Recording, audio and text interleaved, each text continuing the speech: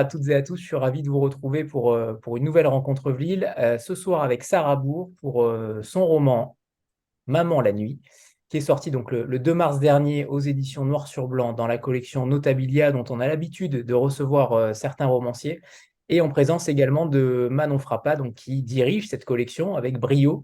Et ce texte-là est également une grande prouesse, on va en parler. Alors, Sarah, pour commencer, ce texte, il a déjà eu comme genèse un projet en master de création littéraire à Paris 8, ce qui est plutôt rare à mon sens. Il ne me semble pas qu'il y ait déjà eu des romans créés dans ce cadre-là qui ensuite ont été publiés. Je ne suis pas sûr que ce soit quelque chose de récurrent. J'aimerais que vous nous parliez de ce mécanisme-là de création en master littéraire. Comment se passe notamment le regard des autres par rapport à ce roman, l'échange que vous pouvez avoir au départ de cette écriture-là. Oui, alors juste, il y a quand même pas mal de projets qui sont publiés, qui ont vu le jour dans ce master-là, enfin de plus en plus en tout cas. Euh, donc, ce qui se passe, on est une vingtaine d'étudiants, du coup, vu que c'est à l'université, et tous les textes sont vraiment travaillés en regard des autres. Donc, on se fait des retours, on apprend beaucoup à lire les autres aussi, parce que le but, c'est pas juste d'aboutir son propre projet, mais c'est aussi de pouvoir lire les autres et d'être en mesure de faire des retours constructif si possible. Donc ça, c'est vraiment ce qui est très intéressant dans ces 2 années-là, c'est qu'on apprend à lire et du coup à se lire aussi en essayant d'être aussi plus critique envers soi-même pour avancer. D'accord. Voilà. Et justement, comment s'est faite la rencontre avec Manon? J'aimerais avoir les deux faces, éditrice et autrice, parce que souvent, c'est pas forcément la même version. Comment s'est faite cette rencontre, cet accueil aussi du manuscrit par Manon? Alors, ça s'est fait en 2 temps parce que moi, j'ai d'abord rencontré Brigitte Bouchard qui est agente et qui dirige l'agence Le Monde Charge Culturelle. Et donc, il y a d'abord eu un travail avec elle autour du manuscrit. Et ensuite, j'ai rencontré Manon Frappa par ce biais-là, en fait, par le biais de Brigitte Bouchard qui a donné mon manuscrit à lire à Manon. Et après, il y a eu un second gros travail avec Manon derrière. Alors, par rapport à Manon, oui, Manon, c'est à vous, la parole est à l'éditrice. Si vous voulez, hein. Moi, je sais que Sarah le sait, il y a toute une histoire un peu derrière le fait de finalement lire ce manuscrit, parce que tout le monde m'en parlait, enfin, plein de gens que je connais et qui connaissent Notabilia me disaient il faut vraiment que tu lises, c'est très brillant. J'ai cette étudiante, donc ça a commencé par Olivia Rosenthal, qui a dirigé Sarah Bourg lors du master, avec laquelle je travaille sur d'autres choses, qui m'a dit ah oui, non, mais vraiment, c'était très intéressant. Oh, ça te plairait, il faudrait que tu le lises, mais je sais qu'elle a pris un agent. Hein. Il y a un des primo-romanciers avec lesquels je bosse qui m'avait dit qu'elle avait signé chez un autre agent que j'ai contacté, mais finalement, c'était pas lui, mais l'agent l'avait lu et me disait ah oui, c'est vraiment bien, etc. Je disais bon, d'accord. Et puis finalement, j'apprends que c'est Brigitte. Et en fait, Brigitte, avec laquelle j'ai travaillé, puisqu'elle a fondé Notabilia, donc je la connais très très bien, m'a dit non, en fait, je peux pas te le donner à lire parce que Sarah est en comité de lecture chez Gallimard et au Seuil. Donc non, bah c'est bon, c'est fait quoi. T'es mignonne, mais t'arrives trop tard. Donc bon, bah j'étais quand même navrée. Enfin, j'avais toujours pas lu le texte en même temps, donc il y avait quand même une chance qu'il me plaise pas. Et je lui dis, bah écoute, quand même, laisse-moi au moins lire le début du manuscrit, etc. Et en fait, j'ai eu beaucoup de chance parce que effectivement, elle était en comité de lecture au Seuil et Gallimard, mais il lui faisait retravailler sa fin parce qu'il voulait un coup de théâtre, en fait, si j'ai bien compris, enfin quelque chose d'un peu détonnant, une fin un peu avec son et lumière, etc. Et je crois que Sarah en avait marre et savait plus trop où elle allait dans son texte aussi, parce que retravailler comme ça un fragment d'un manuscrit encore et encore en ne tenant pas compte du reste, c'est quelque chose qui est quand même assez perturbant. Et donc Brigitte a finalement accepté de me faire lire le manuscrit que j'ai lu, que j'ai aimé, même si quand tout le monde vous dit vous allez adorer quelque chose, on a envie de dire ah ben non, j'ai détesté, mais en fait non, j'ai beaucoup aimé en l'occurrence. Et donc après j'ai rencontré Sarah et moi enfin, je pense que pour moi, la fin, oui, n'allait pas parce qu'au point où elle en avait été du retravail, elle avait fini par tout faire exploser à la grenade, en vrai, littéralement, hein, elle n'en pouvait plus. Mais c'était pas grave parce que moi, je savais qu'on pouvait, enfin, que c'était un texte magnifique et que finalement, il n'y avait pas grand-chose à faire pour que le roman soit publié, quoi. Alors justement, cette écriture, parce que c'est vrai, Sarah, vous me confessiez tout à l'heure que vous n'osiez pas trop parler. Non, Justement, je vous dis que êtes c'est pas très bavarde. pas très bavarde, c'est ça, c'est ça. Et pourtant, ce texte-là, il est très bavard, mine de rien. En tout cas, dans son rythme, dans son Hmm. flow linguistique, votre écriture, elle est très rythmée, c'est le moins qu'on puisse dire, elle est prenante. On sent l'urgence dans la prose que vous mettez en place. Comment l'écriture s'anime en votre sein? Comment, en réalité, est-ce que c'est une véritable raison de vivre d'écrire pour vous? Parce qu'on sent Euh, ça, quand on vous lit, on sent qu'il y a une urgence. On sent qu'il faut déverser toutes ces phrases rapidement également. oui, alors il y a deux. Alors, est-ce que c'est une raison de vivre? Je sais pas, c'est un peu grandiloquent comme question, mais en tout cas, c'est une raison suffisante pour le moment pour me lever le matin, donc c'est bien.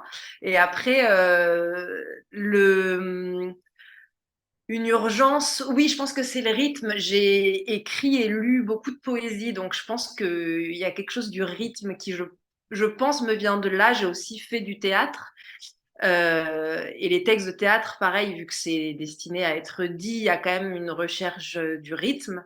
Donc je pense que c'est toutes ces influences-là qui donnent ce côté rythmé, et je pense que l'urgence vient de la poésie, peut-être. Enfin, moi, je trouve que dans la poésie, il y a quelque chose d'urgent, et je pense que c'est ça que je retiens de la poésie et de ce qui se met dans l'écriture, même quand j'écris pas de la poésie, du coup.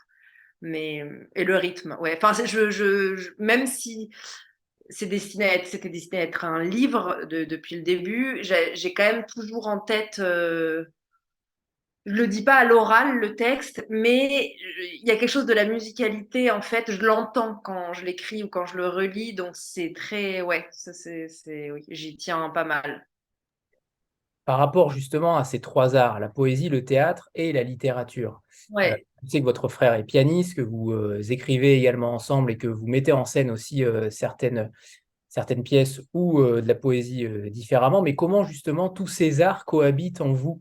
Comment vous arrivez à séparer l'un et l'autre? Est-ce qu'au contraire, tout est mélangé dans votre écriture? Comment vous avez réussi à en faire un roman finalement? Ouais, bah c'était vraiment, en fait, moi j'ai une formation à la fois universitaire où j'ai fait de la philosophie, de la littérature, et en parallèle je faisais un conservatoire de théâtre. Et je me souviens que ça a été 4 années où j'avais l'impression d'être scindée en deux, parce que je trouvais ça très compliqué d'être le matin sur un plateau de théâtre et de faire un travail physique et émotionnel, et l'après-midi sur les bancs de la fac à être dans la philosophie ou de la littérature. Et je souffrais beaucoup de ces deux pôles que j'arrivais pas à relier. Et le seul moment où je trouvais, où je me sentais vraiment incarnée, où je sentais ces deux choses qui me plaisaient tant l'une que l'autre se réunir, c'était quand j'écrivais. Mais pas l'écriture universitaire, vraiment l'écriture. Donc, bon, c'était beaucoup la poésie à l'époque ou des petites formes, etc.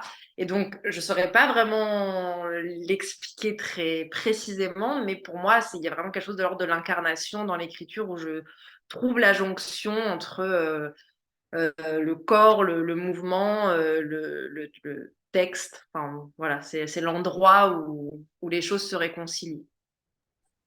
Alors, sur la construction de ce roman-là, évidemment, il est extrêmement poétique parce que ça aurait pu être un récit poétique. Vous auriez pu l'appeler récit poétique peut-être parce il y a quand même tout au long du texte beaucoup de métaphores et on en parlera bien sûr après. En tout cas, tout lecteur peut s'imaginer tout un monde peut-être totalement différent selon la lecture et je trouve qu'il y a plusieurs degrés de lecture. Mais ce que j'aimerais savoir, c'est comment vous avez construit un roman alors qu'à la base, j'imagine, il y avait quand même des poèmes peut-être qui ont été à l'initiative peut-être de certains chapitres. J'ai eu cette Alors, impression-là. oui, alors c'est pas le cas. Enfin, c'était pas des poèmes qui étaient à l'initiative de certains chapitres. Par contre, ce qui est sûr, c'est que le tout début, le premier geste d'écriture, donc au tout début du master de création littéraire, c'était vraiment cette voix, la voix de la narratrice. Presque, ça aurait presque pu devenir un monologue si j'avais pris un autre chemin. Donc, c'était pas tant la poésie parce que je voulais pas écrire de la poésie. Enfin, voilà, j'avais quand même en tête vraiment de construire quelque chose de l'ordre du roman et de chercher une narration. Mais avant la narration, avant la construction, il y avait vraiment la voix de cette jeune fille. Donc, c'est cette langue, en fait, c'est bon, après, poésie, c'est un peu vaste comme mot, donc c'est un peu bizarre de dire poésie, poésie, poésie. Pour moi, c'est surtout la langue, en fait, de cette narratrice que j'ai travaillé dès le début. Et je pense que c'est en ça, alors elle est très imagée, et c'est en ça que c'est poétique, du coup, par moment, mais c'est par ce biais-là, plus que par un poème que j'aurais transformé en parole. Ouais. On sent aussi chez vous que les heures de la journée ont aussi une influence peut-être sur votre écriture. J'ai eu cette impression-là que plus on avançait dans la journée, plus il y avait peut-être de la noirceur, peut-être un côté un peu plus sombre. Je ne sais pas si c'est inconscient, conscient, je ne sais pas, mais on sent chez vous aussi une écriture qui est différente au gré de la journée de chaque scène. Euh, Peut-être, oui, ouais, c'est sûrement. Enfin, ça me paraîtrait possible. Après, c'est pas conscient, mais euh, vous voulez dire que les scènes de nuit ou de soir sont plus sombres, peut-être que Oui, D'accord. oui, oui, mais en même temps, on sent aussi peut-être dans votre fonctionnement peut-être d'écrivain, peut-être que c'est aussi le cas. Ouais. Peut-être Ah, que d'accord. Il y a une corrélation. Bah, moi, j'écris que le matin, donc très concrètement, j'arrive pas trop à écrire le soir ou la nuit, donc je sais pas. Donc j'ai pas de, je connais juste l'écriture du matin, quoi. Donc je sais pas comment j'écrirais si j'écrirais la nuit, mais j'ai souvent pas trop le courage d'écrire la nuit. Voilà. bien, très bien. En 2013, vous avez écrit un texte qui s'appelle La gueule ouverte sur le monde. J'ai cru comprendre que, alors je ne l'ai pas lu malheureusement, mais cru comprendre que c'était un long poème en prose, euh, que vous avez donc joué également sur scène, il me semble, hein, avec Il un a que été joué sur scène voilà. d'ailleurs. Il n'y a pas eu zéro publication, c'était vraiment un texte pour la scène. Ouais. Et justement, par rapport à ce texte-là, ce titre-là, La gueule ouverte sur le monde, c'est vrai que ce titre-là aurait peut-être pu aussi, je connais pas les thèmes de ce poème-là, mais on a l'impression qu'il y a des corrélations de thématiques aussi dans votre œuvre. On sent que il y a peut-être aussi, que ce soit sur le thème de la nuit, que ce soit sur le thème de la relation mère-fille, du côté sombre, de la nature, évidemment, on va en parler tout à l'heure, mais j'ai l'impression qu'il y a peut-être aussi quelque chose que vous voulez construire en tant qu'œuvre. Est-ce qu'il y a des liens entre justement ce que vous écrivez, ce que vous clamez? Hmm. Et ce texte-là et ce roman-là.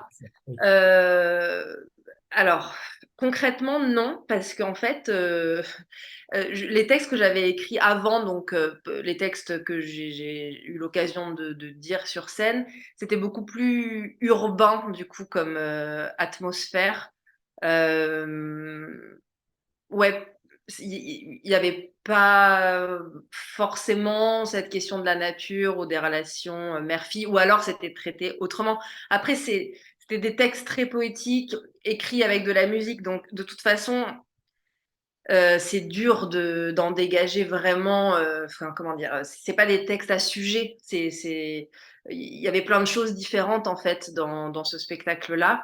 Donc c'est un petit peu compliqué de dégager vraiment des grands thèmes. S'il y a une chose peut-être que je pourrais rapprocher, c'est le rapport au corps. Je pense que ça a été quand même une thématique que j'ai souvent eue dans beaucoup de textes, mais parce qu'il y a plein d'angles, plein de possibilités de prendre ce thème-là. Et là, je pense qu'il est encore dans ce texte, dans ce roman-là. Je pense qu'il y a aussi cette question du rapport au corps. Et d'ailleurs, la relation mère-fille, ça passe aussi par le rapport au corps. Donc, je pense que, ouais, peut-être que s'il y a un thème qui ferait un peu centre, ce serait ça.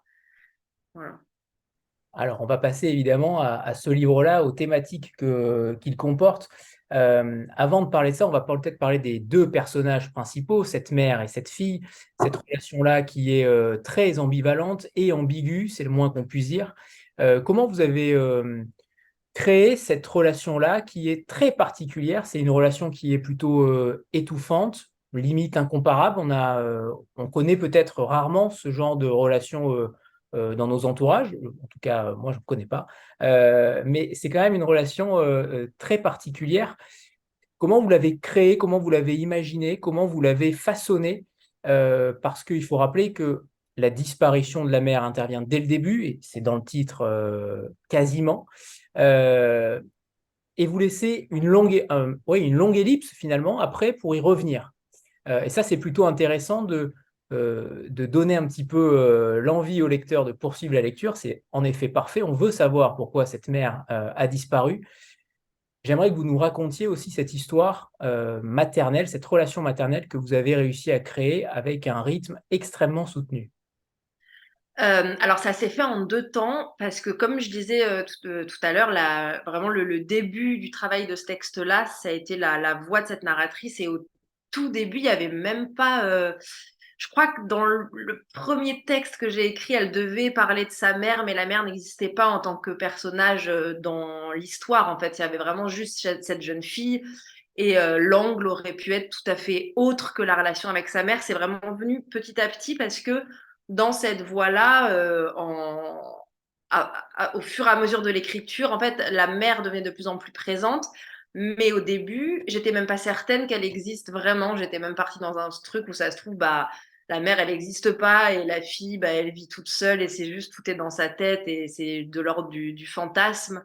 Donc, au début, c'était vraiment quelque chose de très subjectif et vraiment juste l'imaginaire de la narratrice, tout était pris et ça rendait aussi la chose un peu étouffante parce que c'était juste dans sa tête et c'est au fur et à mesure du coup que j'ai amené la mère en tant que personnage du livre et la relation, la complexité de la relation est venue de là en fait, je pense qu'elle est venue aussi de ce cheminement-là, c'est qu'au début, enfin, tout part aussi du fantasme de cette fille et de ce qu'elle va projeter sur sa mère. On n'a pas le point de vue de la mère, donc, donc c'est ce que projette la fille, ce qu'elle fantasme, ce qui lui fait peur. Et je pense que c'est ça qui rend la relation étouffante.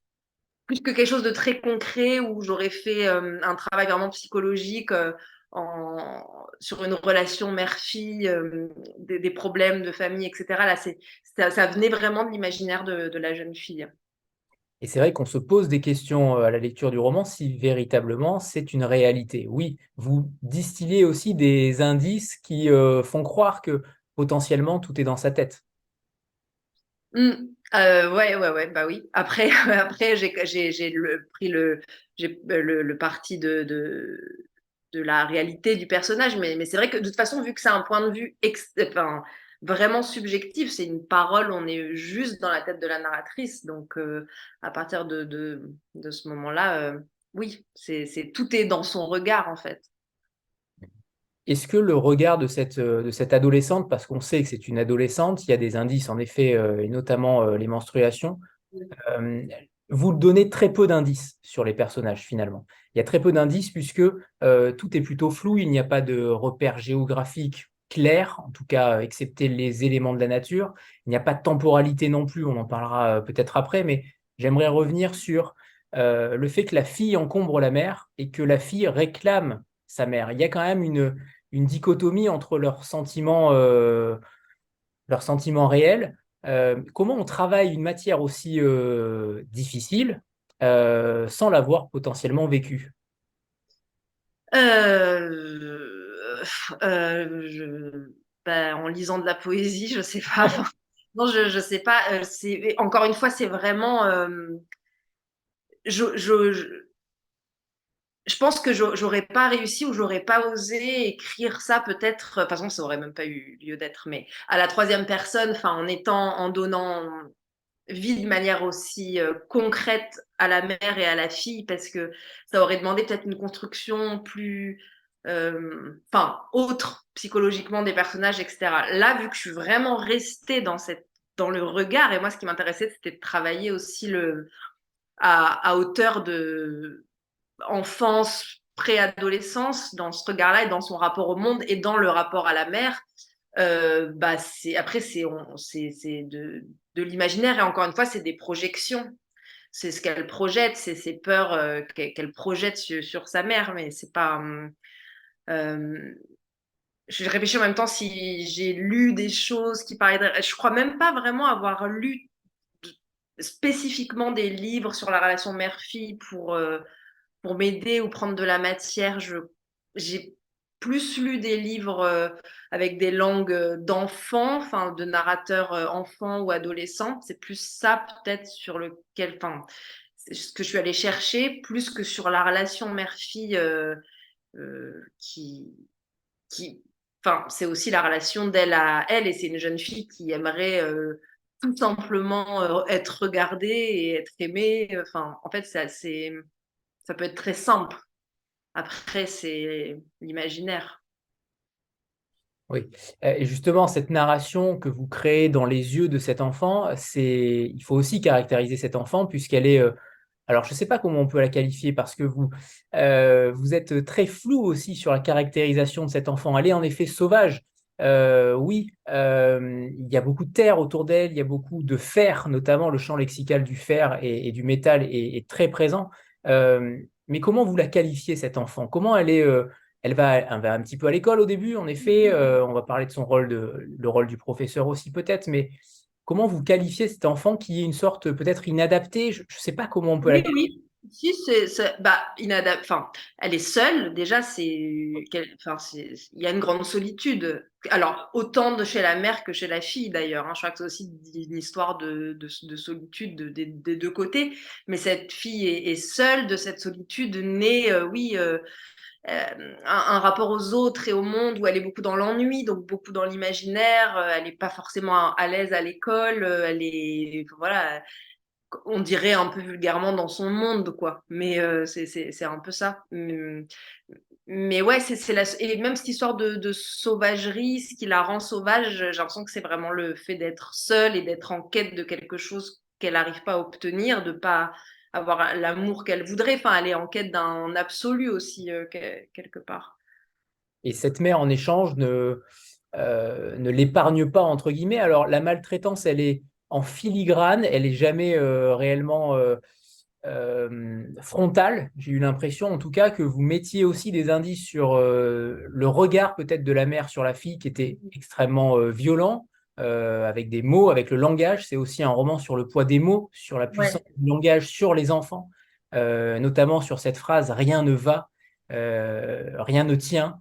On a l'impression que c'est aussi un roman sur le tout noir, sur le tout sombre.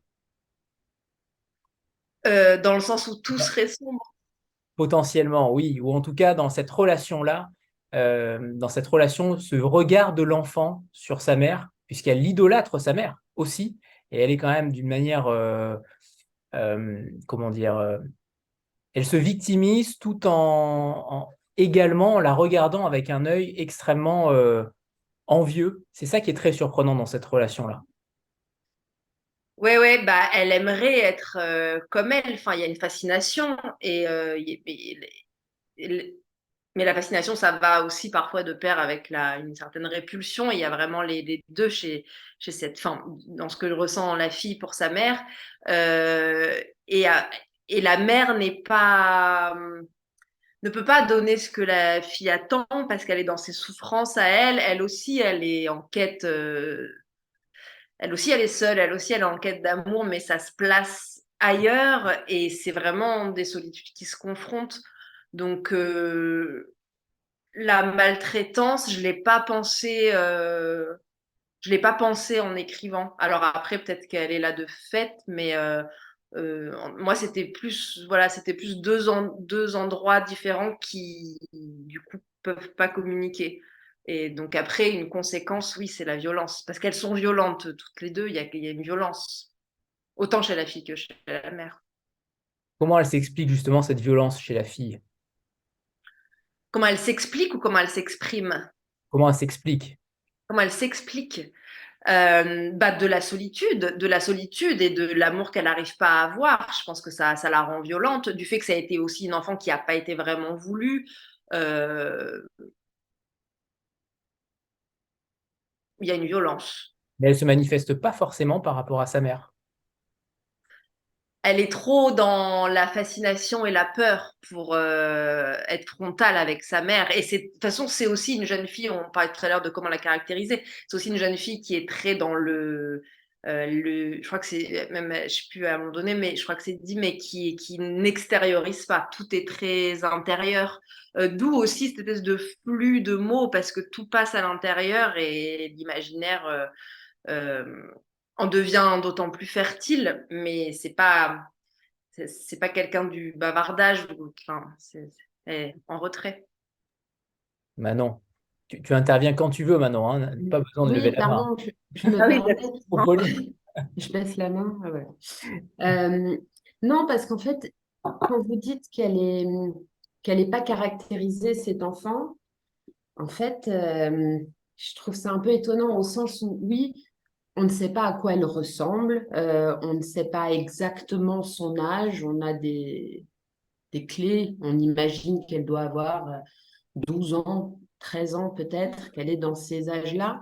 Mais en revanche, euh, on est on est envahi par à la fois ses sensations, ce qu'elle perçoit du monde. On sent que les mots des adultes, ce qui a été dit sur elle, restent comme des cicatrices dans sa vision d'elle-même, dans son discours. Donc on a quand même la vision des autres sur elle à travers ces mots qui restent. Elle est très consciente, c'est-à-dire qu'elle décortique finalement, même si c'est à hauteur d'enfant avec ses mots, mais elle analyse beaucoup. C'est quelqu'un qui est très réflexif. Et d'ailleurs, moi, ma vision du livre, c'est un peu ça qui me fait dire que peut-être qu'elle s'en sortira parce que elle a quand même une conscience des choses qui la rend très, très vivante. Moi, j'ai l'impression d'avoir, en lisant ce livre, d'être vraiment rentrée à l'intérieur d'une personnalité, à l'intérieur d'un enfant. Donc effectivement, je ne sais pas de quelle couleur sont ses yeux, je ne sais pas quel type de vêtements elle porte, mais j'ai l'impression de l'avoir vraiment rencontrée.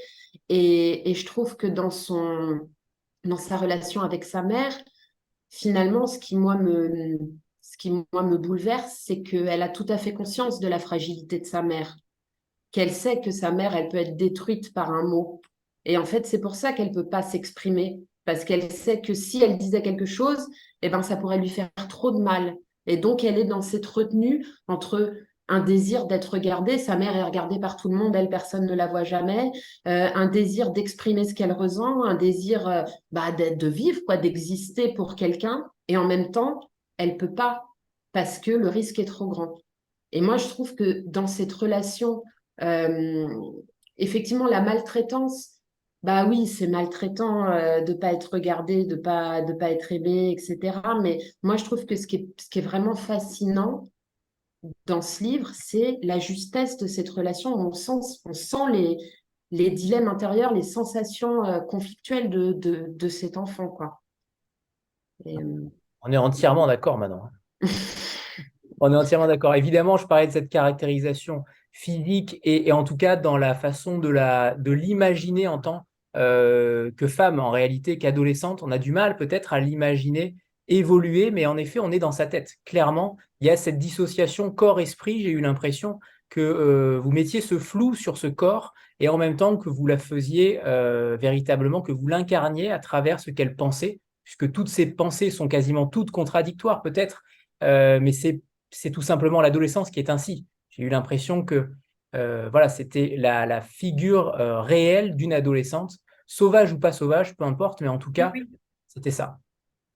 Oui, et puis adolescent, enfin, même plus tard, enfin, les pensées, c'est souvent contradictoire. Si on est, enfin, on a un flux de pensées qui est pas toujours très cohérent et logique et raisonnable. Donc, je sais pas si c'est propre à l'adolescence, mais en tout cas, il y a les pensées, puis il y a aussi, comme disait Manon, les sensations. C'était primordial pour moi de passer par le corps et par parce que le rapport au monde et son rapport au monde passe aussi par là, par, euh, par les sensations, par ce qu'elle ressent physiquement. Et cette mère, justement, qui est un personnage haut en couleur, elle voit les hommes, en effet, défiler chez elle et sa fille, évidemment, s'interroge pendant longtemps. Il y a aussi cet univers du cirque dont on va parler aussi, puisque dans une roulotte en Espagne, cette mère s'était prise d'un saltimbanque, un clown triste, avant de disparaître. Il y a beaucoup d'alcool, il y a beaucoup d'incendies aussi dans ce roman. C'est peut-être aussi une thématique euh, qui vous est propre, qui vous est chère, je ne sais pas. Mais il y a quand même beaucoup de thématiques, beaucoup de choses qui sont dans ce roman euh, qui sont extrêmement parlantes aussi pour un lecteur. Ce que j'aimerais que vous nous disiez, c'est, en tout cas que vous nous disiez, que vous nous parliez de ça, c'est de cette mère. Parce que cette mère, on est très attaché à elle étrangement. C'est peut-être ça qui est surprenant, c'est que cette mère-là, on est autant attaché à elle qu'à cet enfant. Ouais. Euh, Même si elle ne regarde pas son enfant, Ouais, on a ouais, quand ouais. même ce passé tortueux. Oui, et parce que c'est quelqu'un de... Je parlais de violence tout à l'heure, mais ça va pas... Enfin, ça n'exclut pas aussi une grande fragilité, une grande vulnérabilité. Et je pense que c'est ça peut-être qui se ressent et c'est ça qui fait que on ne peut pas voir, enfin j'espère qu'on ne voit pas que le truc horrible ou le côté maltraitant, c'est qu'il y a aussi, on est aussi un petit peu dans son passé, dans ses souffrances et dans sa solitude à elle et dans sa fragilité.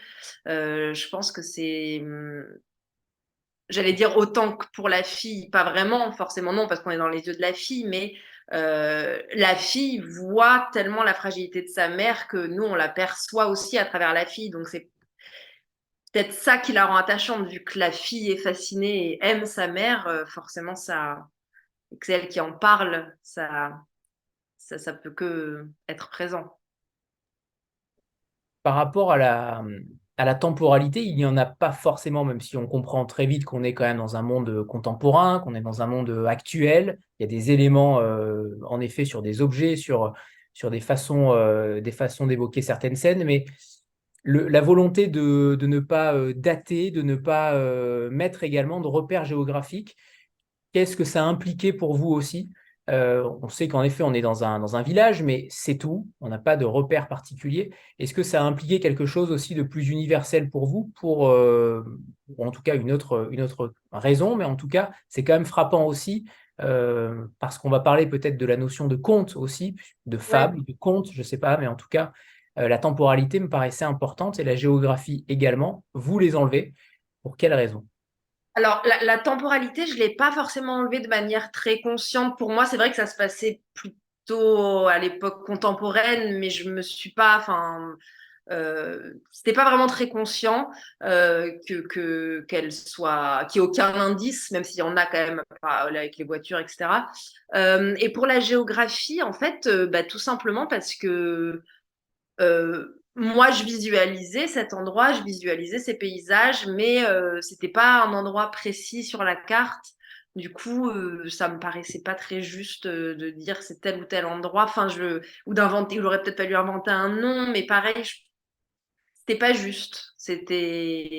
Euh, Ça s'est fait assez naturellement comme ça. Je trouvais que c'était plus cohérent de pas nommer les choses. Et vu que les personnages n'ont pas de nom non plus, enfin, il n'y a pas de nom en fait.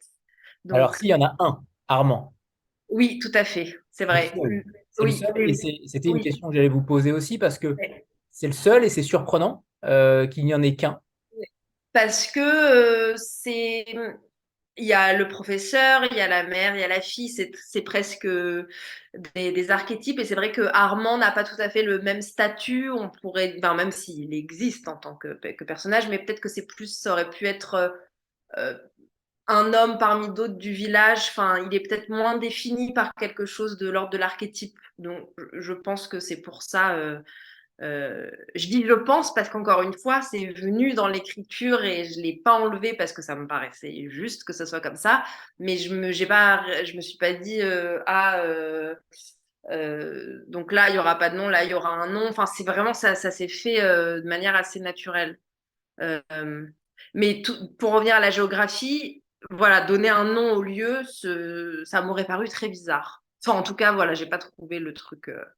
C'était Je pas trouvais ça. forcément nécessaire, au contraire, hein. Non, non, ouais. Mais Voilà. à l'époque où il y a on voit beaucoup de romans dystopiques, justement, je me suis posé la question aussi sur ce genre-là. Est-ce qu'il y avait eu aussi peut-être pour vous une envie au préalable de faire exister ce roman un petit peu plus tard? Non. Et d'ailleurs, je suis pas très bonne connaisseuse. Enfin, je connais assez mal ce genre-là de la dystopie. Enfin, non. Par contre, alors c'est pas de la dystopie, mais c'est vrai qu'au tout début, dans les premiers textes, les premiers balbutiements du texte, il y avait quelque chose quand même qui tirait un peu plus vers le fantastique, vers quelque chose presque euh, de l'horreur, alors sans aller trop loin, hein, mais plutôt ouais, dans le fantastique. Et ça m'aurait peut-être même bien plu au début. J'étais un peu partie dans un truc que je me disais, ah, ça serait trop bien d'écrire un roman d'horreur, poético, enfin, et j'aimais bien ce truc-là. Et bon, finalement, j'ai tout s'est reconcrétisé, mais euh, l'étrangeté, parfois, je pense, qui peut régner, des paysages ou même la mer qui parfois peut être un peu inquiétante ou un peu euh, enfin oui, border. Je pense que c'est un peu des restes de ces premiers essais euh, plus fantastiques. C'est pour ça que je pose la question, parce que j'y ai vu quelques restes, Ah, clairement, bah voilà. Ouais, clairement, ouais, clairement. ouais. Plus que la dystopie, du coup. Ouais, ouais. Alors justement, sur cette notion de conte, de fable, je ne sais pas comment on peut l'appeler, mais il y a quand même cette sorte de menace qui gronde, qu'on entend arriver, on sent qu'il y a quand même une deadline qui va arriver, il y a quelque chose qui va arriver. Euh, Comment vous avez tissé cette manière de créer cette sorte de conte? Parce que c'est vrai que ça fait penser, il y a beaucoup de choses qui font penser à un conte, que ce soit le lac, que ce soit la relation également maternelle, que ce soit la géographie, que la façon de tisser le lien avec ce début, ce dénouement, il y a quand même beaucoup d'éléments qui font penser à un conte. Est-ce que c'était quelque chose de parfaitement assumé ou c'est venu au fil de l'écriture? Comment ça s'est passé? Alors, c'est venu au fil de l'écriture, comme l'histoire, en fait, la disparition de la mère c'est pas une idée que j'ai eue avant d'écrire enfin, où je me suis dit, ah, je vais écrire sur une mère qui disparaît, c'est venu, de toute façon, au début, il y avait que la voix de la fille, et donc tout ça, c'est venu même assez tardivement, je dirais peut-être à la fin des 2 années de master, il y a eu la disparition de la mère, donc en fait, après, il y a eu tout un travail de construction et de créer la tension en mettant les choses dans un certain ordre, mais qui n'est pas nécessairement l'ordre du processus d'écriture qui a été pas dans l'ordre du livre. Ok. Est-ce que vous pourriez nous lire un premier extrait alors? Merci Sarah.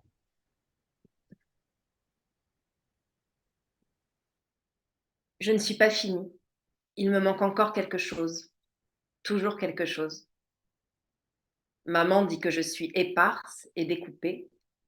Elle dit aussi que je suis poisseuse et encombrante et laide, très laide. Je colle partout. Elle dit, tu colles partout, c'est insupportable. Elle dit toujours cela les yeux mi-clos, en recrachant doucement la fumée de sa cigarette. Maman avait promis que les choses changeraient avec le temps. C'était faux.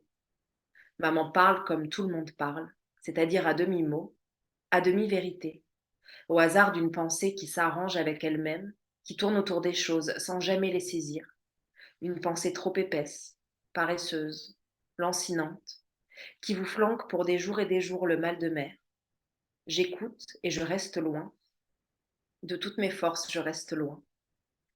Certains jours, je me regarde longtemps dans le miroir ovale de la salle de bain. C'est écœurant. Je suis écœurée. Ma peau est rouge, chaude, luisante. Je brûle au soleil comme un animal mort et je suis sans contour. Est-ce là la laideur? Je suis ouverte en grand et tout me rentre à l'intérieur, me passe au travers, me colle au cœur et aux poumons. Tout passe sans cesse du dehors au dedans. C'est écœurant. Écœurant, je peux le redire encore, c'est écœurant. Comme j'aime le dire. Ça me donne de la joie et des frissons. C'est écœurant. Je suis sans contour, je brille, je dégouline, je m'éparpille. Je suis une grosse tache d'huile. C'est bien cela, la laideur. La salle de bain est au dernier étage de la maison. de la fenêtre, on peut apercevoir le lac, immobile entre les montagnes. Merci. Alors, je ne lirai jamais aussi bien que vous, mais il y a cette ambiguïté justement entre ces deux personnages, on en a parlé, mais la fille parle souvent d'avaler, de manger sa mère. C'est quand même des termes extrêmement forts, extrêmement imagés. Ça vient d'où tout ça? Je pense que ça, enfin, ça a un rapport avec la fusion qu'il y a entre ces deux personnages. C'est vraiment quelque chose de. Elles ont, même si elles sont dans leur solitude et qu'elles se cherchent et qu'elles n'arrivent pas à se trouver, la fille souffre de la séparation, en fait. C'est quelque chose de très. J'ai pas le terme là qui me vient, mais je crois que c'est un nom. Mais presque elle voudrait être encore dans le ventre de sa mère pour être encore plus proche de sa mère, et il y a ce truc où elle voudrait être elle, et comment on est quelqu'un d'autre si ce n'est en l'avalant. Enfin, il y a peut-être un peu tout cet imaginaire-là, enfin cette imagerie-là. Et vous jouez aussi sur le fait que maman n'était pas encore maman. Vous jouez aussi sur l'antériorité de la naissance. Ça, c'est aussi extrêmement intéressant. Et c'est vrai que je me suis dit, mais pourquoi aucun écrivain n'y a pensé avant? Parce que c'est vrai que le terme de maman, déjà, c'est un choix fort. On n'en a pas parlé encore, mais le choix que ce soit dans le titre, que ce soit tout au long du récit, c'est aussi une sorte je ne sais pas, une scansion, un appel à l'aide, un appel au secours. J'ai eu cette impression-là. Comment vous avez décidé aussi d'intégrer ce mot de maman aussi souvent dans le texte? Euh, c'est venu dans le flux de parole de la narratrice, vu que c'est une enfant, le mot maman venait dans l'écriture, parce que quand elle parle de sa mère, elle dit pas ma mère, enfin c'était maman, et donc ça s'est fait. Et c'est vrai que ça me donnait un rythme, oui, comme vous dites, ça scande quelque chose, et c'est devenu un personnage comme ça aussi. Mais d'abord, c'est vraiment ce mot-là dans la bouche de la narratrice qui est resté. Et c'est Et, pour ça que maman est restée, parce que du coup, ça aurait été trop bizarre qu'après elle l'appelle par un prénom. Enfin, ça aurait pas eu trop de sens. et ça Donc, adoucit aussi le voilà. propos, j'ai eu cette impression-là. Ça adoucissait aussi le propos d'une enfant Peut-être. fragile. Oui, Ouais. oui, peut-être. Oui, oui, parce que oui, c'est de l'ordre de l'affect, maman comme nom. Oui, Justement, peut-être, ouais. ce titre-là, je sais que les titres changent peut-être parfois. Ça Ouais. arrive régulièrement. Comment ça s'est passé vis-à-vis du titre? Est-ce que vous avez été en accord total avec Manon? Au contraire, il y a eu bataille. Non, il n'y a pas eu bataille, il n'a pas changé le titre. En fait, j'ai jamais eu d'autre titre que celui-là. Donc, bon, c'était. Voilà, c'est fait assez simplement. Et quelle est la justification de ce titre alors? Mais parce que c'est dans le texte à un moment donné. Certes. Euh, c'est maman la nuit marche nue. Enfin, je sais plus la phrase exacte. Et c'est vrai que ça m'avait. Et il n'y a pas de grande explication métaphysique derrière, hein, mais c'est juste que bon, voilà, c'est deux termes qui me semblaient correspondre en fait à l'univers du livre. Tout simplement, c'est une image qui me parlait. Et je trouvais que ça fonctionnait. Très bien. On n'a pas parlé, il y a un troisième personnage en réalité dans le livre, peut-être, je ne sais pas si on peut l'appeler troisième personnage, mais ce sont ces femmes, ces chœurs de Ah oui. femmes qui parlent, Oui. qui lancent des rumeurs, qui jugent constamment. Par contre, elles, on les voit très bien, c'est-à-dire qu'on les côtoie peut-être au quotidien pour beaucoup. On voit ces femmes-là extrêmement, qui n'ont aucun filtre, aucune limite sur ce qu'elles disent, sans comprendre réellement chaque famille. Ces femmes-là, comment elles vous sont parvenues? Elles sont en italique d'ailleurs, les voix dans le texte, souvent. Ouais, elles sont en italique et elles sont arrivées très tard. Je crois que ça a été une des dernières grosses modifications, enfin, qui a vraiment été assez décisive pour l'ensemble, pour l'ensemble du texte. Et c'était, je crois que c'est d'ailleurs, ça avait émergé d'une discussion avec Manon. J'ai plus les détails exacts de la discussion, mais j'avais dû commencer à essayer d'intégrer des voix, et que je trouvais ça intéressant en fait qu'il y ait des voix extérieures, parce qu'il y avait déjà de l'italique, il y avait déjà des voix. Enfin, elles restituent ce que les d'autres disent, mais du coup c'était pas très clair et c'était bien de codifier ça, enfin de donner vraiment forme concrètement à ça. Et c'est vrai qu'un chœur du coup enfin oui, enfin c'est un peu l'idée du chœur de femme, bah, ça venait vraiment rendre la chose claire et on comprend bien d'où vient cette parole. Donc et puis ça donne aussi ça, il me semble que ça donne rythme et souffle aussi, ça crée du souffle dans toute cette pensée de la narratrice qui peut être un peu étouffante. Au bout d'un moment, ça crée des appels d'air.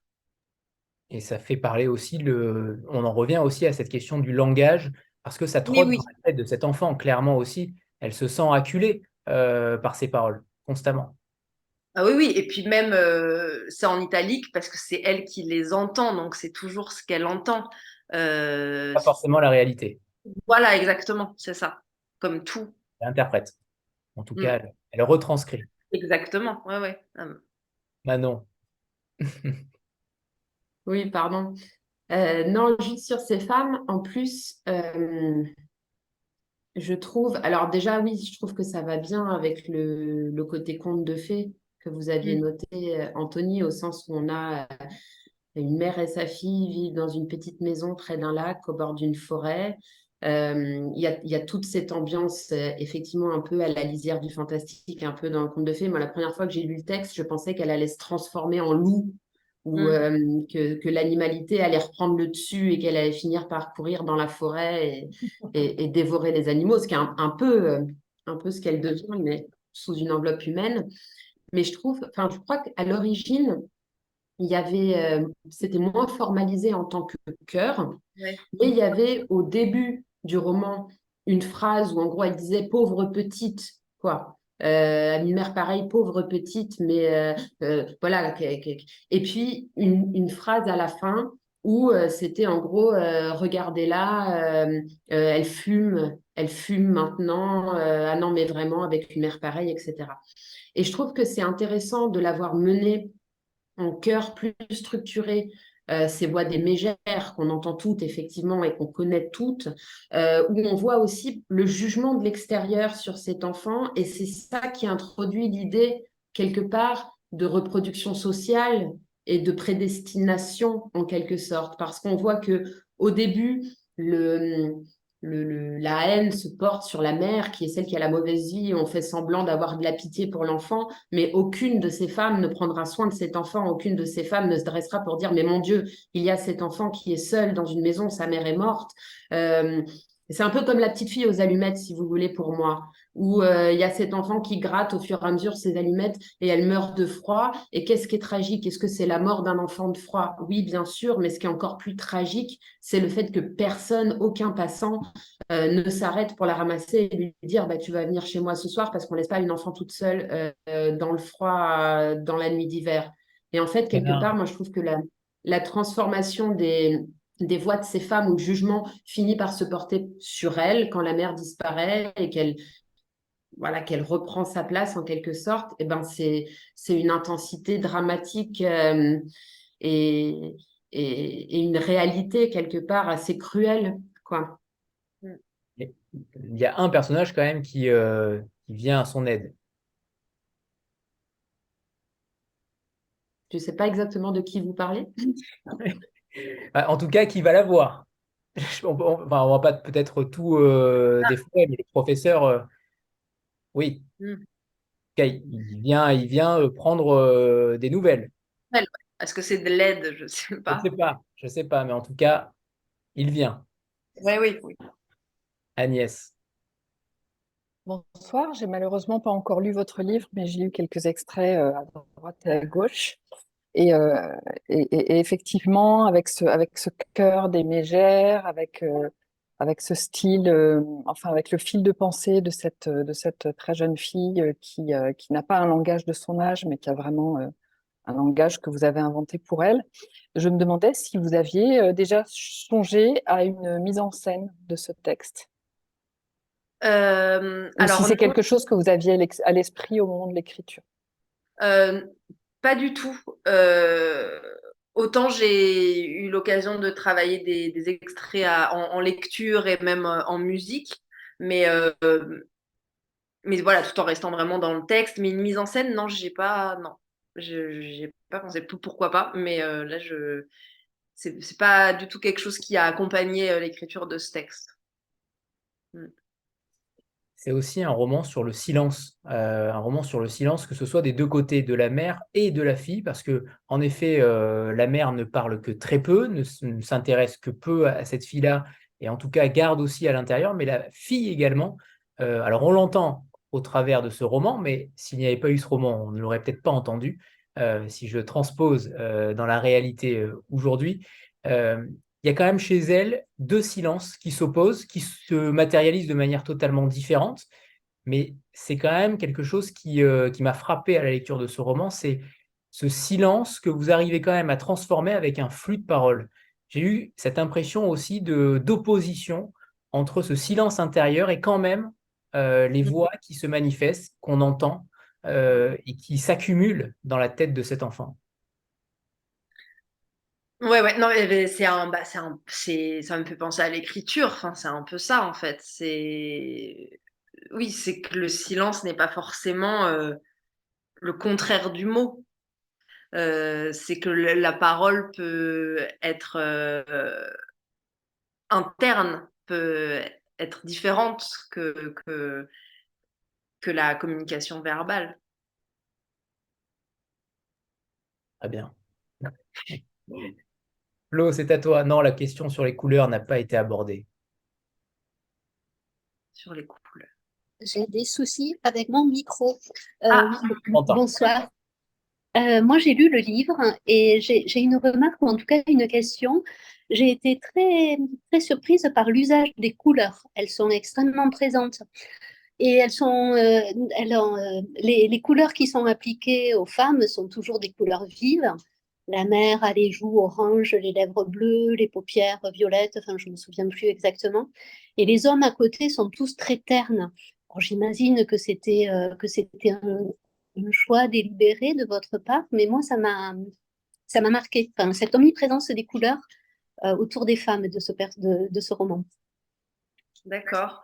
Euh, je pense que dans ce texte-là, les femmes ont, enfin, j'allais dire la vie est du côté des femmes, mais pas, enfin, c'est pas quelque chose de théorique que je parle vraiment juste dans ce texte-là, dans le sens où elles sont assez, enfin, la mère est haute en couleurs, est pleine de vie, et encore une fois, c'est dans les yeux de cette narratrice qui projette, et évidemment qu'elle peut voir que des couleurs vives chez cette femme-là. Euh, les hommes lui font plus peur et un rapport aux hommes un peu plus compliqué, un peu plus sombre. Donc je pense que les couleurs, ça vient de là, ça vient de ce que elle projette dans, dans le monde extérieur, enfin sur les personnages. D'ailleurs, sur cette question-là du traitement homme-femme, je trouve que il n'y a aucun manichéisme. Et ça, c'est plutôt rare quand on évoque ces sujets-là. Je trouve que vous maniez parfaitement le côté lumineux et sombre des hommes et des femmes. Parce qu'en effet, cette mère-là, elle n'est pas totalement positive, on va dire ça. Donc, ne les lâchez pas, ces personnages, d'un côté ou de l'autre. Ouais, ouais. Oui, oui, heureusement, enfin, pour moi, ça m'intéresserait vraiment pas beaucoup de faire quelque chose de bien d'un côté, enfin, lumineux d'un côté complètement et complètement noir de l'autre et homme-femme non, c'est vraiment pas quelque chose qui m'intéresse. Donc, femme-homme, ce qui m'intéressait, c'était voilà, de mener ces personnages le mieux possible jusqu'au bout du texte. Ce que j'ai beaucoup aimé aussi, c'est la façon dont vous suggérez les choses.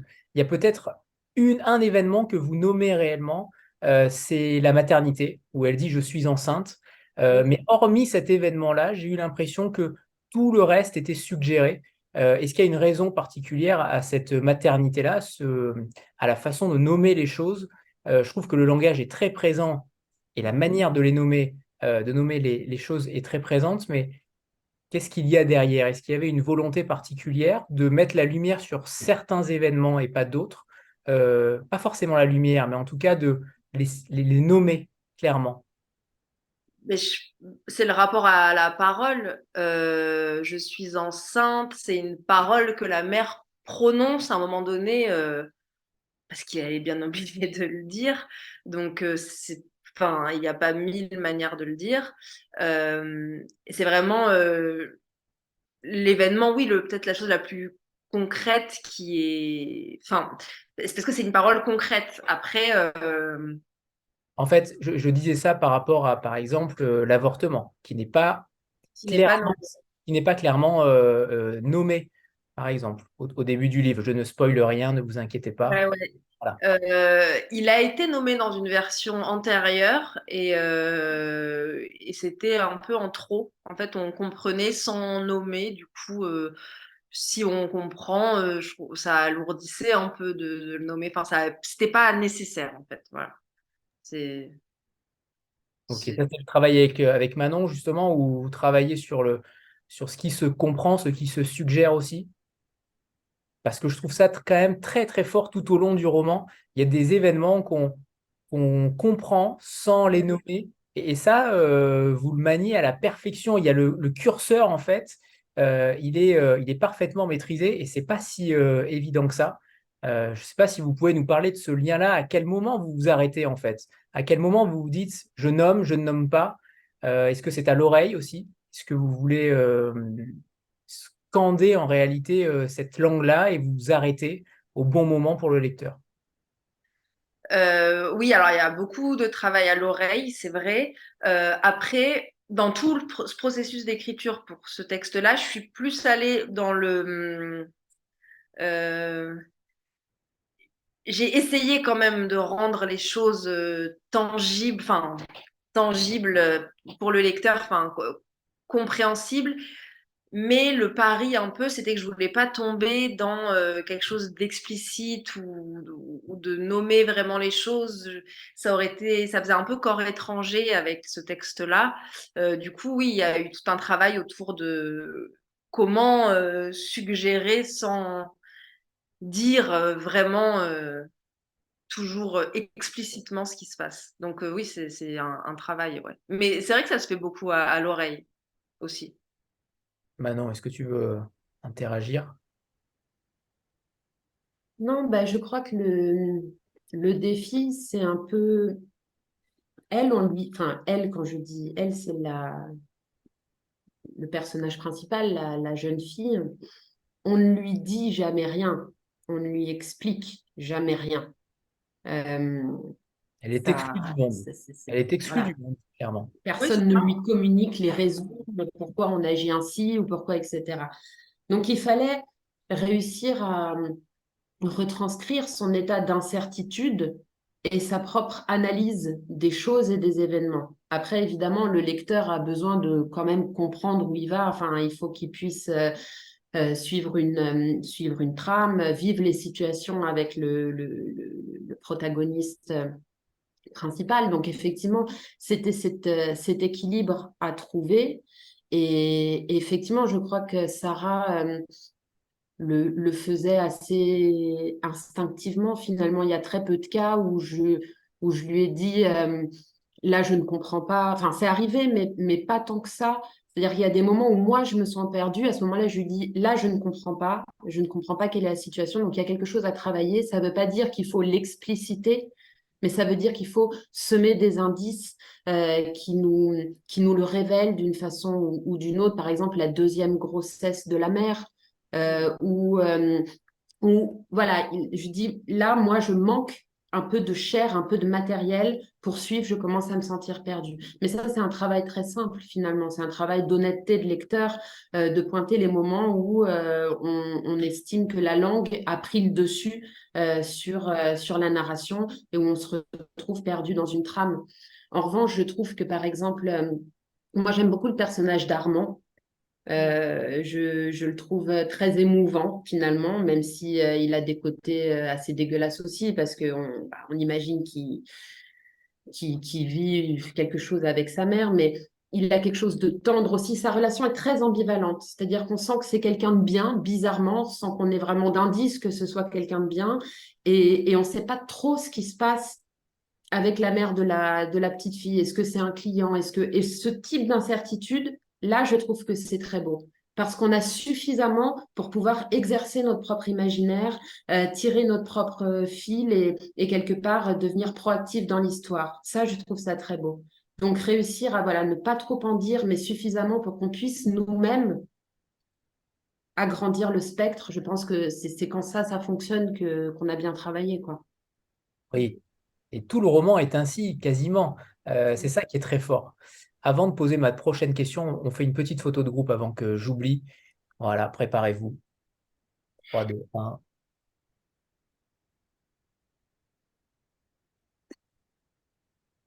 C'est bon, parfait. J'aimerais que vous nous parliez justement de ce... Est-ce qu'il y a eu, en fait, pendant votre écriture ou pendant différentes versions, est-ce que le langage de cette petite a évolué? Parce qu'en effet, si elle est réellement sauvage, si elle est réellement coupée du monde, est-ce que finalement son langage aurait pu être adapté à cela? Est-ce qu'elle aurait pu parler de manière totalement différente? Oui, après, elle va quand même à l'école. Enfin, c'est pas non plus l'enfant loup, quoi. Enfin, je veux dire, elle lit, elle écrit. Enfin, donc, euh, pour le coup, s'il y a une chose qui n'a pas bougé, c'est bien sa langue. Je crois que c'est vraiment la chose qui n'a pas bougé depuis dans tout le processus d'écriture. Euh, la voix est restée, la tonalité est restée la même. Après, oui, ça aurait pu être tout à fait une autre langue, hein, mais bon, voilà. Pour le coup, ça ça n'a pas bougé. Parfait, on aime cette langue. Euh, vous écrivez, alors je ne lirai pas aussi bien que vous, je vous l'ai dit Sarah tout à l'heure, mais je vais quand même lire le mini passage qui m'intéresse aussi. Je suis né là, entre les jambes d'une presque morte, je peux le dire, presque morte, ça ne me fait rien, ni bien ni mal. Ce presque morte, en parlant de sa mère, il est d'une puissance assez forte, puisque ça nous évoque ce quasi-fantôme, un fantôme maternel. Est-ce que c'est quelque chose... Alors, vous avez dit tout à l'heure que vous n'aviez pas quasiment lu sur cette relation mère-fille, Ouais, non. voilà, mais c'est quand même je ne vais pas dire un concept, mais quelque chose quand même qui est peu vu, qui est peu entendu, ce concept de regard de la fille vers la mère de presque morte. Ce regard qui est à la fois peut-être nostalgique et à la fois terrible. Comment vous l'expliquez? Mais je pense que c'est aussi euh, ça me fait penser aux mères dépressives ou malades. Je pense que pour un enfant, c'est insupportable de voir ça. Et je pense que le côté presque mort veut dire ça, une mère absente au monde, qui n'arrive pas à fonctionner, qui n'arrive pas à vivre ou qui est trop inadaptée. Je pense que c'est dans ce sens-là. Ouais. Comment vous... alors, j'aimerais que vous nous parliez aussi de votre écriture au quotidien. Est-ce que vous êtes sur différents projets en même temps? Est-ce que vous avez déjà réfléchi à ce qui va arriver ensuite? Est-ce que cette voix-là de cette petite continue à trotter dans votre tête aussi? Quel est l'impact de ce personnage-là sur vous au quotidien? Euh, bah, elle trotte un petit peu, peut-être encore un petit peu trop dans ma tête pour vraiment démarrer un autre. J'aimerais bien. Enfin, voilà, j'ai très très envie de démarrer l'écriture d'autres choses, mais voilà, bon, j'ai pas vraiment de réponse là à votre question. Oui, la voix trotte, mais c'est normal parce que je fais des lectures. Enfin, rien que le fait là de repréparer des extraits pour les lire, évidemment, la voix rentre quoi. Mais du coup, tout ça pour dire que je ne sais pas du tout à quoi pourrait ressembler une nouvelle écriture. Je ne sais pas si cette voix persistera d'une autre forme. Enfin, je sais pas du tout. J'ai pas de réponse. Ok, ok. Voilà. Manon attend, Manon attend. Euh, J'aimerais que vous nous lisiez un second extrait. Donc, vous nous aviez... Oui. Ce matin, le facteur est devenu tout rouge et très nerveux parce qu'il m'a surprise en train d'essayer de crever le pneu avant de son gros vélo neuf arrêté sur le bord du chemin. Il m'a couru après jusqu'à l'entrée de la forêt en me menaçant avec un journal roulé, droit comme un bâton tendu vers le ciel et crachant et suffoquant et criant qu'il aurait ma peau de petite peste, bonne à rien d'autre qu'à me dissimuler dans les longs cheveux noirs de maman, et que je finirais putain comme elle, et sale, et laide en plus, et bonne à rien qu'à tirer des cartes sur des comptoirs poisseux, et qu'à offrir mon lit à tous les chiens du village, et plein d'autres choses encore. J'ai tout bien entendu. Je n'aime pas le facteur, et je n'aime pas son gros vélo tout neuf avec lequel il se pavane dans le village. Je n'aime pas la façon dont il regarde maman entrer dans le café le soir, ni le sourire mièvre qu'il lui adresse quand elle daigne se tourner vers lui, ni la main qu'il pose haut sur sa cuisse, parfois entre deux gorgées de vin comme si de rien n'était. Je n'aime pas grand monde en vérité, pas grand monde parmi ceux qui reniflent le cou de maman sur son passage et qui essuient leurs mains sales dans ses longs cheveux noirs.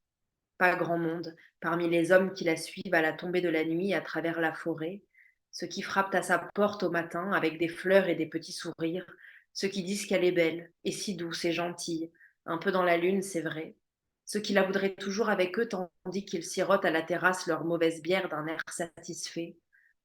Je leur jetterai des pierres et des mauvais sorts. Je les ferai disparaître, comme ça, pour rire. 1, 2, 3, et puis plus rien. Merci. Alors, ce choix des deux extraits, il est quand même pas anodin, j'ai l'impression. Pourquoi ces deux extraits-là? Il y a quand même peut-être une réelle explication aussi sur les mots, sur les chapitres que vous utilisez à l'oral. Est-ce qu'il y a une explication derrière ce choix-là? Alors, déjà, il y a une explication très technique, c'est que tous les passages ne se lisent pas. Enfin, comme dans tous les livres, il y a des passages qui se prêtent plus ou moins à l'exercice de l'oralité. Et après, là, plus précisément, ces extraits, c'est parce que, voilà, je trouve qu'ils rendent assez bien compte de la voix de la narratrice et de son rapport au monde et aux mots. Très bien. C'est aussi, on n'a pas parlé de cette absence, de ce moment où la mère disparaît. C'est aussi un roman où on comprend à quel point c'est difficile de vivre seul avec certaines traces, avec certaines cicatrices du passé, avec un être avec qui on a pu vivre. Euh, Justement, ce basculement-là du récit, il change totalement l'orientation aussi du roman. En tout cas, j'ai eu l'impression il y a quasiment deux romans en un, en fait. J'ai eu cette impression-là que à partir du moment où la mère n'est plus là, on bascule dans autre chose. Comment vous expliquez aussi cet entremêlement entre ces deux romans, que j'appelle ces deux romans, mais évidemment, ils font corps, mais j'ai senti aussi que les deux étaient liés et en même temps, il y avait cette dissociation, ce choc émotionnel, ce choc d'un enfant qui perd sa mère. Oui, bah il y a évidemment un avant et un après. Enfin, ça pouvait pas être pareil. Après, la deuxième partie où la mère n'est plus là ne pourrait pas exister sans la première partie. C'est-à-dire que toute cette absence-là et la manière dont la fille vit l'absence et la manière dont elle continue en fait en fait, elle continue à faire vivre sa mère, à l'imaginer, à se projeter. Il y a vraiment une continuité. Euh, Tout ça vient de la présence et de la fascination et de la haine qu'elle a pu avoir envers sa mère quand elle était présente. Donc oui, je comprends. Enfin, il y a deux parties, mais après, elles sont pas si dissociables que ça, à mon sens. Voilà. Oui, on est d'accord. Et c'était vraiment voilà, ce moment de choc. Il y a une bascule, bien sûr. Oui, oui. Bah, le terme choc, oui, oui, ça peut être ça, oui, oui, bien sûr, oui, oui, oui. Ou ça peut pas. Bah, on passe de la présence à l'absence, au vide total, et comment se réinventer et comment vivre. Elle a plein de choses à inventer pour pouvoir continuer, tout simplement. Et j'aimerais aussi qu'on parle du champ lexical, alors sans être professeur de français, mais quand même, il y a quand même des termes extrêmement puissants du côté de la terre dans la bouche, notamment chez cette fille. Mais la mère n'est pas également épargnée, que ce soit dans le côté terreux, le côté métallique il y a quand même des choses extrêmement imagées et en même temps qu'on ne connaît peut-être pas assez pour en saisir toutes les nuances, alors je ne vais pas dire gustatives, hein, je ne vais pas aller jusque-là, mais toutes les nuances. Je trouve que la métaphore, toutes les métaphores que vous utilisez sont très imagées, en fait, très imaginatives. On arrive quand même à imaginer quelque chose, mais sans connaître véritablement la saveur de ce que peut être de la terre dans la bouche. Ouais, bah l'exemple, c'est intéressant cet exemple de terre dans la bouche parce que je sais même plus vraiment où c'est dans le texte, mais en tout cas là ce que ça m'évoque, c'est que c'est encore une fois lié à la parole et au silence et à et à leur solitude et à la nature qui les entoure. Après les métaphores, oui, bah ce qui est intéressant, c'est le choc de deux images. Qui ne serait pas quotidienne, mais qui quand même nous donne la possibilité d'une troisième image et de quelque chose de concret, enfin qu'on arrive à sentir.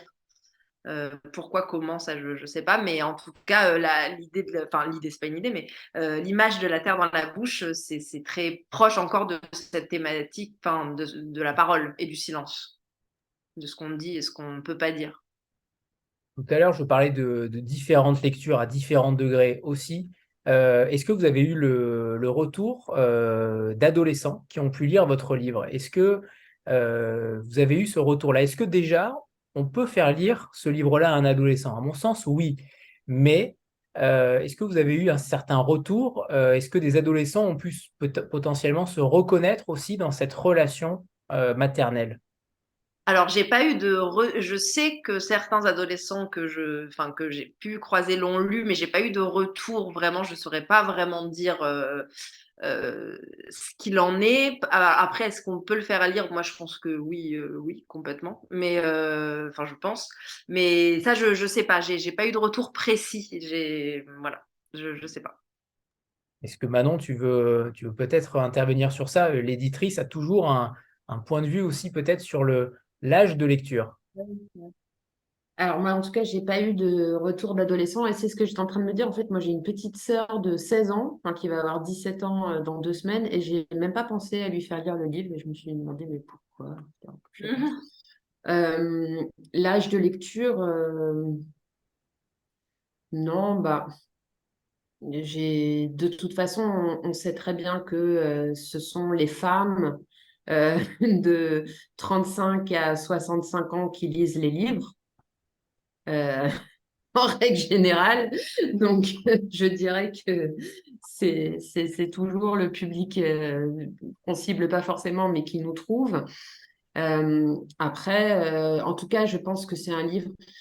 Moi, je sais pas, je m'y connais pas très bien aux adolescents. Je sais pas le type de littérature qu'ils ont entre les mains, ce qu'ils aiment lire. Je pense que le seul frein qu'il peut y avoir dans ce livre, c'est pas au niveau du contenu ou de la violence qui s'y tapit ou de ça, c'est plutôt la capacité d'abstraction, la capacité du lecteur à justement qu'on ne lui serve pas tout, d'avoir le désir de recomposer ce qui n'est pas dit. C'est plutôt un exercice d'abstraction dans la lecture et ça, il faut accepter de sortir de schémas narratifs très classiques ou auxquels ils sont peut-être habitués. Moi, ce serait la seule réticence où je pourrais me dire bah, peut-être qu'un adolescent aura du mal à se laisser porter à ça. Après, je veux dire, Lautréamont, le meilleur âge pour le lire, c'est 17 ans et c'est pas très explicite. Donc, ça peut bien fonctionner. J'avais une dernière question, Sarah. C'était sur la notion de dehors, dedans. Ouais. C'est quelque chose qui arrive fréquemment dans le texte, que ce soit de manière suggérée ou pas, ou de manière très frontale. Mais alors, est-ce que vous avez emprunté ça à Nicolas Bouvier ou pas du tout, d'ailleurs? Pas du tout. Non, non, Plaisanteuse. dehors, dedans, dans le sens, bah, ouais, elle est complètement perméable au monde. Et ça revient aussi à la question de avaler quelque chose quand elle dit ce Avaler désir sa mère. d'avaler sa mère. Enfin, pour moi, c'est un petit peu la même chose. C'est qu'elle a du mal à à mettre des contours, en fait. C'est qu'elle n'a pas des contours très définis et elle a sûrement l'impression que tout la traverse, que ce soit les mots, que ce soit les couleurs, que ce soit le monde, que ce soit les sons. Et c'est cette difficulté à discerner le dehors et le dedans. Elle dit Voilà. d'ailleurs, je reste en dehors et pour toujours à la recherche d'un angle mort, d'un coin de nuit et de paix. Elle aimerait, ouais. Ouais, Agnès. Mm. Oui, alors moi j'ai une question sur la couverture. Mm. Les couvertures de la collection sont toutes plus étonnantes les unes que les autres. Et je voulais avoir un peu l'histoire de cette couverture. C'est plutôt pour moi, Ouais. j'imagine. Oui, je pense. Notabilia, on a 2 chartes graphiques au sein de la collection. On en a une qui est vraiment dans le signe graphique, c'est-à-dire c'est du dessin généralement, le fond est cru et puis il y a un signe, voilà. Et puis on a une charte avec des images, des photos en pleine page. Donc déjà, il y avait le choix entre aller vers l'un ou vers l'autre de ces identités, l'une ou l'autre de ces identités. Euh, Moi, j'adore la charte graphique de Notabilia, la charte historique. Après, c'est vrai que pour un premier roman, avec un auteur qui n'est pas connu, un pitch, entre guillemets, qui n'est pas un pitch très narratif et on a quand même besoin de quelque chose d'un peu Lumineux. qui nous évoque, dis donc, qui permet à la personne, c'est commercial une couverture, hein. C'est bêtement commercial. C'est faire que les gens en librairie aillent vers ce livre, le retournent, lisent la 4e et ouvrent la première page. C'est tout ce qu'on lui demande. Donc on avait besoin de quelque chose qui attire, évoque, nous donne une atmosphère. J'ai essayé de réfléchir un petit peu à des signes graphiques qui pourraient fonctionner. Parfois, on a des choses très fortes, très drôles ou très immédiates. Mais là, moi, personnellement, j'avais du mal à trouver quelque chose qui, hors photo, hors image, ait cette efficacité. Et après, en parlant avec Sarah, l'idée de ce lac qui est quand même très présent et d'un profil féminin où à la fois on ne voit pas le visage, parce que moi, en tant que lectrice, ça m'agace, en fait, quand sur une couverture, on m'a déjà personnifié, comme un peu tout le monde, je pense, le personnage. Après, j'ai du mal, parce que mon cerveau est quand même un peu bête et banal, à l'imaginer autrement que la façon dont il était figuré. Et on voulait aussi qu'il puisse y avoir une ambiguïté entre est-ce que c'est la fille, est-ce que c'est la mère dans le lac, qu'on puisse jouer sur cette ambiguïté des personnages. Et moi, je pensais que ça allait être très facile. Lac, une femme, super facile. Sauf que faites le test si ça vous amuse. Tapez dans les images femme lac et vous allez tomber sur 8500 photos de jeunes bombes en bikini qui posent lascivement, qui n'étaient pas exactement ce qu'on cherchait. Donc bon, en fait, ça a été pas si facile à trouver, mais c'est vrai que je trouve que cette image, moi, je la trouve vraiment très, très réussie. C'est peut-être ma couverture image préférée parce qu'il y a cette chose très matricielle finalement de l'eau où on est enfin pour moi en tout cas, on est dans un peu le liquide amniotique. Il y a ce côté qui rappelle la mer. Cette femme, on la voit pas, elle a une attitude très ambiguë. Ça peut être de la joie, on sort de l'eau, on est heureux. Ça peut être de la détresse. Le paysage est juste esquissé et je trouve qu'elle est un peu à l'image du texte, c'est-à-dire que en nous donnant peu d'éléments finalement, ou en tout cas peu d'éléments immédiatement univoques, voilà, elle nous ouvre une atmosphère, quelque chose d'affectif et elle fait travailler notre imagination, quoi. Et j'aimerais aussi revenir sur le. Alors, ça n'a rien à voir avec la couverture, quoique il y a un petit peu de gris, enfin, oui, gris-bleu, mais il y a quand même un chapitre sur le gris, sur ces jours gris, sur ce qu'il se passe les jours où tout est gris. Je fais des accidents, des bruits de fer et des odeurs de sang. Je suis un accident. Cette notion de gris, elle vous évoque quoi, Sarah? Euh, c'est, Parce c'est, que ce livre est gris finalement. Il y a beaucoup de ferraille, il y a beaucoup il y a beaucoup de zones d'ombre, il y a beaucoup de... Voilà, on sent qu'on est dans l'interstice de cette histoire. Et ça, c'est extrêmement puissant d'arriver à ne pas... à rendre les choses réelles et en même temps à nous les suggérer tout autant. Mm. Oui, oui, et puis les jours gris, c'est...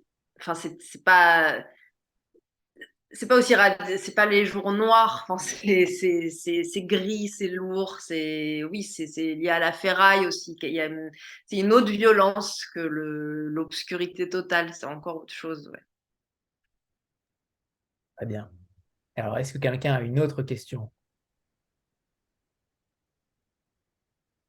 Oui, le champ lexical des couleurs est omniprésent. En effet, lorsqu'elle parle du ciel, c'est vrai que lorsque vous parlez du ciel, il y a quand même un certain champ de nuances aussi. C'est ça qui est très fort dans ce que vous mettez comme environnement. Tout est nuance. Voilà. Et je trouve que tout évolue aussi au rythme du récit. Oui, et au rythme, enfin, tout ce qui est des couleurs du paysage, c'est aussi très lié aux émotions des personnages. Donc, c'est encore ce que la narratrice va projeter dans le ciel, dans le lac, et c'est ça qui donne des couleurs différentes à ce qu'elle regarde, à ce qu'elle perçoit. D'ailleurs, au cœur du texte, il y a aussi des poèmes. Alors, je ne sais pas si on peut les appeler poèmes, mais il y a quand même des...